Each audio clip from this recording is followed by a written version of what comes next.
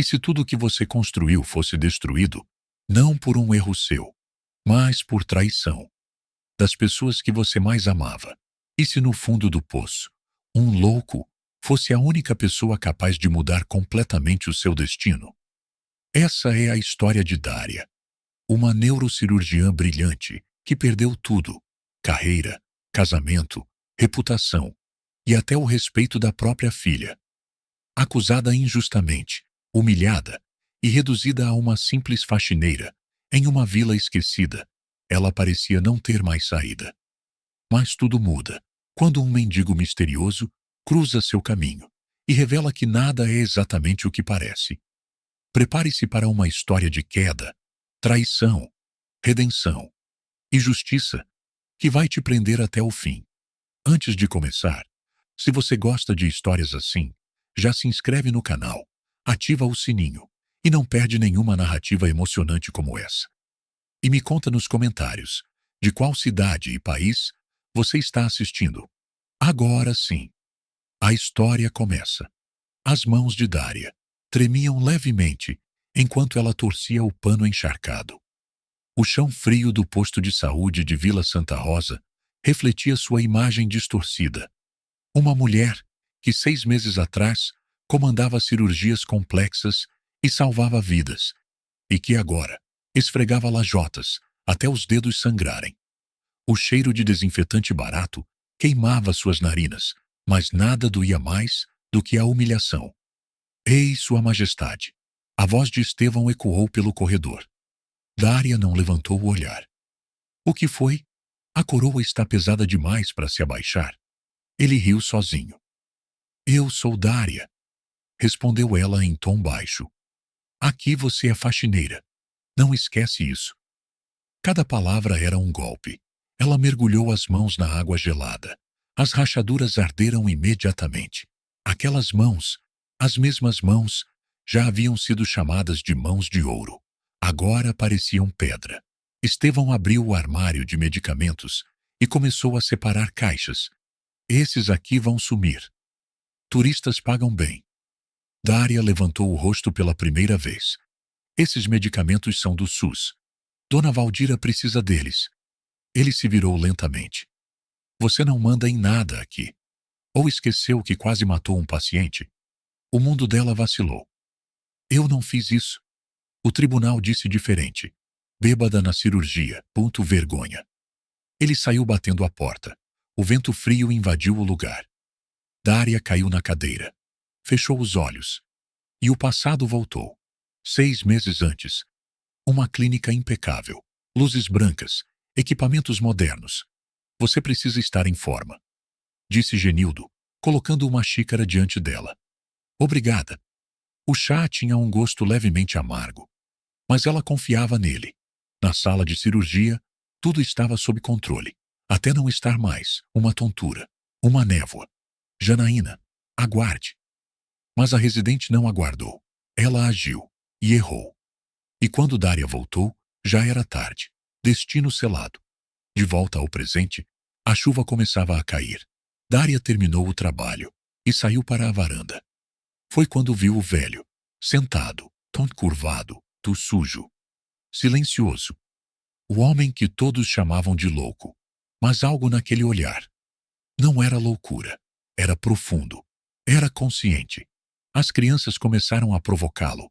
Pedras, risos, crueldade. Chega!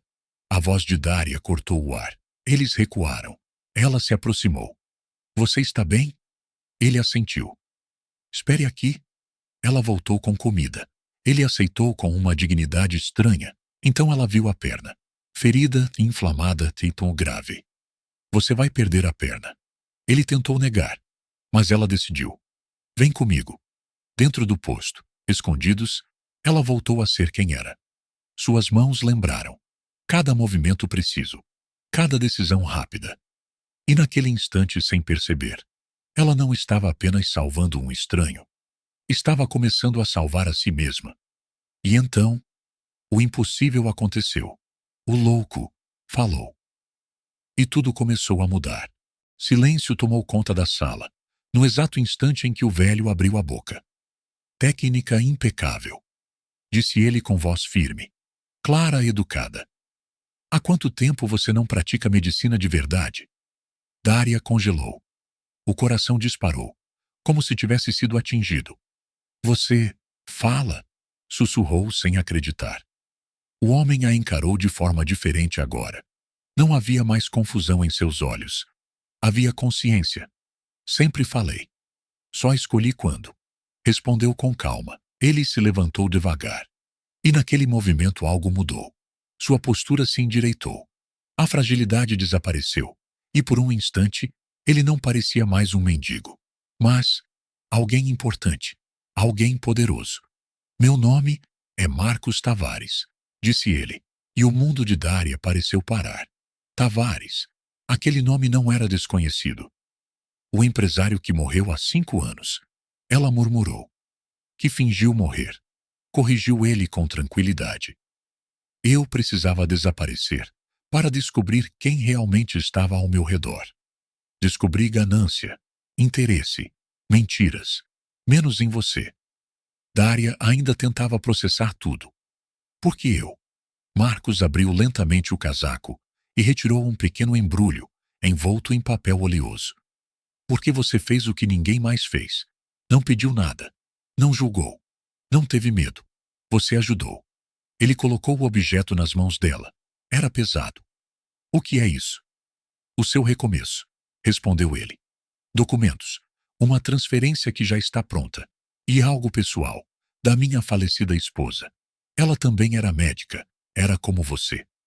Daria balançou a cabeça imediatamente. Não posso aceitar isso. Não fiz por dinheiro. Justamente por isso você merece, disse Marcos firme. Mas ainda não é hora de todos saberem.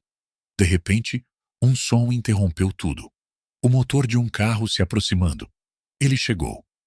Sussurrou Marcos. Ele rapidamente voltou a se curvar. Seu corpo assumindo novamente a aparência frágil e confusa de antes. Lembre-se, disse em voz baixa. Para todos, eu continuo sendo o louco. E saiu pela porta dos fundos. No segundo seguinte, Estevão entrou no posto. Terminou ou vai dormir aí? Resmungou. Daria escondeu rapidamente o embrulho com o coração acelerado. Sim, já terminei. Respondeu controlando a respiração. Mas por dentro, tudo havia mudado. Naquela noite, a chuva caiu mais forte do que nunca. O vento batia nas janelas da pequena casa de Daria. Como se quisesse derrubá-la, ela estava sentada sozinha, olhando para o embrulho em cima da mesa, sem coragem de abrir. Uma batida na porta a fez estremecer. Quem é? Mãe, sou eu. Daria correu e abriu. Ali estava Inês, sua filha, encharcada, bonita, distante. Filha, Daria tentou abraçá-la, mas Inês recuou. Não vim para isso, disse fria. Entrou olhando ao redor com desprezo. Como você consegue viver assim? O coração de Daria apertou. É o que eu tenho agora. Mas vai passar. Inês riu sem humor. Não vai passar. Ela tirou uma pasta da bolsa. Assina. Daria franziu a testa. O que é isso? Renúncia. Do apartamento. Da chácara. De tudo. Silêncio pesado. Inês, isso é sua herança também.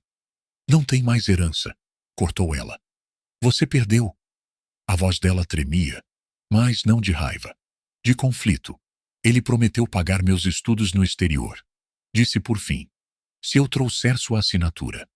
Daria entendeu. Tudo. Então é isso. Murmurou. Você está me trocando por um futuro. Não fala assim. Explodiu Inês. Eu só estou sendo inteligente. Você não tem mais nada para me oferecer. Daria olhou nos olhos da filha. E viu dor. Viu culpa. Viu medo. Mas também viu escolha.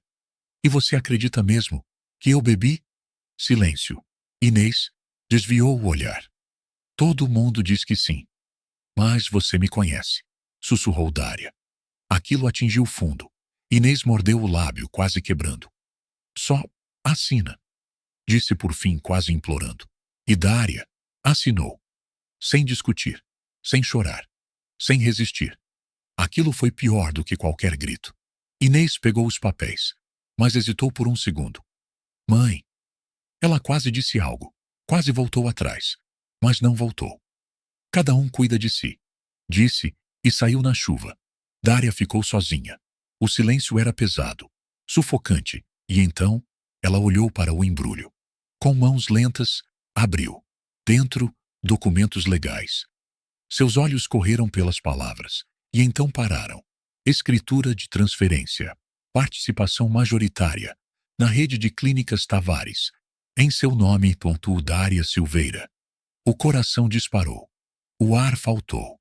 E naquele instante, um trovão explodiu no céu. A tempestade lá fora se intensificou. Mas a verdadeira tempestade agora começava dentro da vida dela.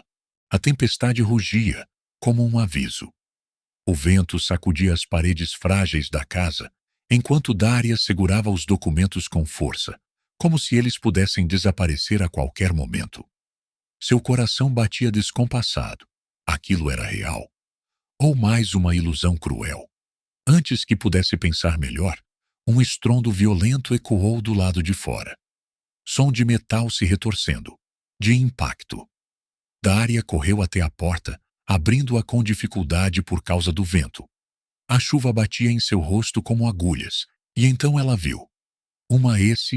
O V-preta havia atravessado a cerca, e estava destruída contra uma árvore. O capô, completamente amassado. Fumaça subindo. Uma buzina presa, ecoando sem parar. Sem hesitar, Daria correu. Marcos! Gritou instintivamente, e como se ele já estivesse esperando, o velho surgiu da escuridão. Ambos correram até o carro. A porta estava presa pelo impacto. Ajuda aqui! Gritou ela. Ele forçou junto com ela. O metal cedeu com dificuldade. Dentro, uma mulher grávida, inconsciente, coberta de sangue e água. Acorda! Daria tocou o rosto dela. A mulher abriu os olhos com dificuldade. Por favor, sussurrou. Não chamem meu marido. Daria franziu o senho. Calma, você está segura. Mas então ela viu. A água que escorria não era só da chuva. A bolsa havia rompido. Você está em trabalho de parto, disse Daria imediatamente. O pânico tomou conta do rosto da mulher. Meus bebês... Vai ficar tudo bem, respondeu firme, mesmo sabendo que a situação era crítica. Marcos, precisamos levá-la para dentro. Eles a carregaram sob a tempestade. Cada passo era uma luta contra o vento e a lama. Dentro do posto, Daria transformou o lugar em uma sala de parto improvisada em minutos. Lençóis, luz, de lamparina, instrumentos básicos. Qual seu nome? Perguntou enquanto examinava. Alice, respondeu com dor. Daria, disse ela. Sou médica, vou te ajudar. O exame confirmou o pior. Casos mais difíceis possíveis. Apresentação pélvica. E são gêmeos, sussurrou para Marcos. O medo atravessou o olhar de Alice. Eles vão morrer? Não, respondeu Daria com firmeza absoluta. Enquanto eu estiver aqui, não. Marcos então se aproximou. E algo mudou novamente. Ele lavou as mãos com precisão e se posicionou corretamente. O olhar focado. O que faço? Perguntou. E Daria entendeu. Ele não era só um ex-médico. Ele era experiente. Vamos trabalhar juntos, disse. O parto começou. Gritos, dor, tempestade.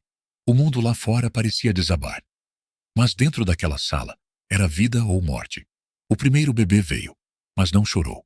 Azul e imóvel. O tempo parou. Respira, murmurou Daria, iniciando a reanimação. Segundos eternos, até um choro fraco. Vivo.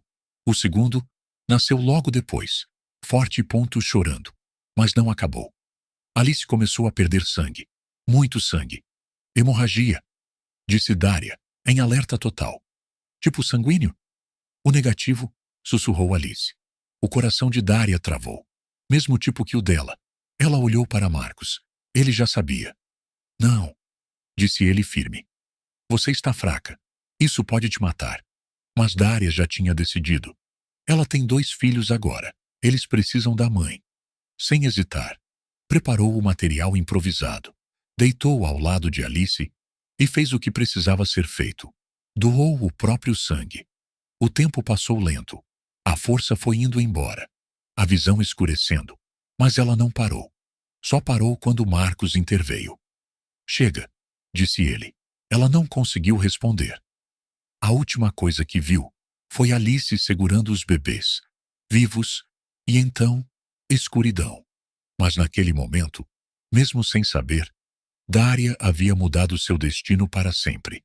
Enquanto isso, a Vila Santa Rosa deixava de ser um lugar esquecido para se tornar símbolo de transformação. Dária, ainda se recuperando fisicamente, dividia seu tempo entre reconstruir a rede Tavares e cuidar das pessoas simples que nunca haviam sido tratadas com dignidade. Cada decisão sua carregava propósito. Ela não buscava vingança, mas justiça verdadeira. Marcos, agora revelado, observava tudo com orgulho silencioso, certo de que havia escolhido a pessoa certa. Na capital, Genildo enfrentava sua nova realidade. O homem que antes comandava uma clínica agora limpava os mesmos corredores que Dária havia limpado. Cada movimento era um lembrete doloroso de suas escolhas. Janaína, nos cuidados paliativos, vivia algo ainda mais difícil. Sem glamour, sem reconhecimento, ela precisava lidar com a dor real dos pacientes. Pela primeira vez, era obrigada a sentir empatia. Aos poucos, a arrogância dava lugar a um desconforto que crescia dentro dela. A justiça não veio como vingança, veio como consequência. Inês, por sua vez, enfrentava o vazio das próprias decisões. Sem o apoio prometido, sem dinheiro e sem rumo, precisou aprender a sobreviver sozinha. O arrependimento crescia a cada dia, até que se tornou impossível ignorar. Com coragem, decidiu voltar. Ao chegar na Vila Santa Rosa, viu algo que a marcou profundamente. Genildo limpando o chão. Aquela imagem quebrou qualquer ilusão restante. Quando encontrou a mãe, não houve drama exagerado, apenas verdade. Eu errei, disse Inês. Dária respondeu com calma. Eu sei. Você pode me perdoar. Dária foi firme. Perdão não é pedido, é construído. Se quiser ficar, começa do zero. E assim, Inês recomeçou, sem privilégios, aprendendo o valor do esforço e das escolhas. Enquanto isso, a rede de clínicas crescia, baseada em ética, respeito e compromisso. Dária e Rodrigo construíam juntos algo sólido, não baseado em ambição, mas em propósito. E assim chegamos ao final dessa história. Não sobre vingança, mas sobre justiça verdadeira, escolhas e consequências. Agora me conta, você perdoaria como Dária? Ou acha que algumas traições não têm volta? Quero muito saber sua opinião. Aproveita e comenta aqui também de qual cidade e país você está assistindo. É incrível ver até onde essas histórias chegam. Se você gostou, já deixa o seu like, se inscreve no canal e ativa as notificações para não perder nenhuma história emocionante como essa. Nos vemos na próxima.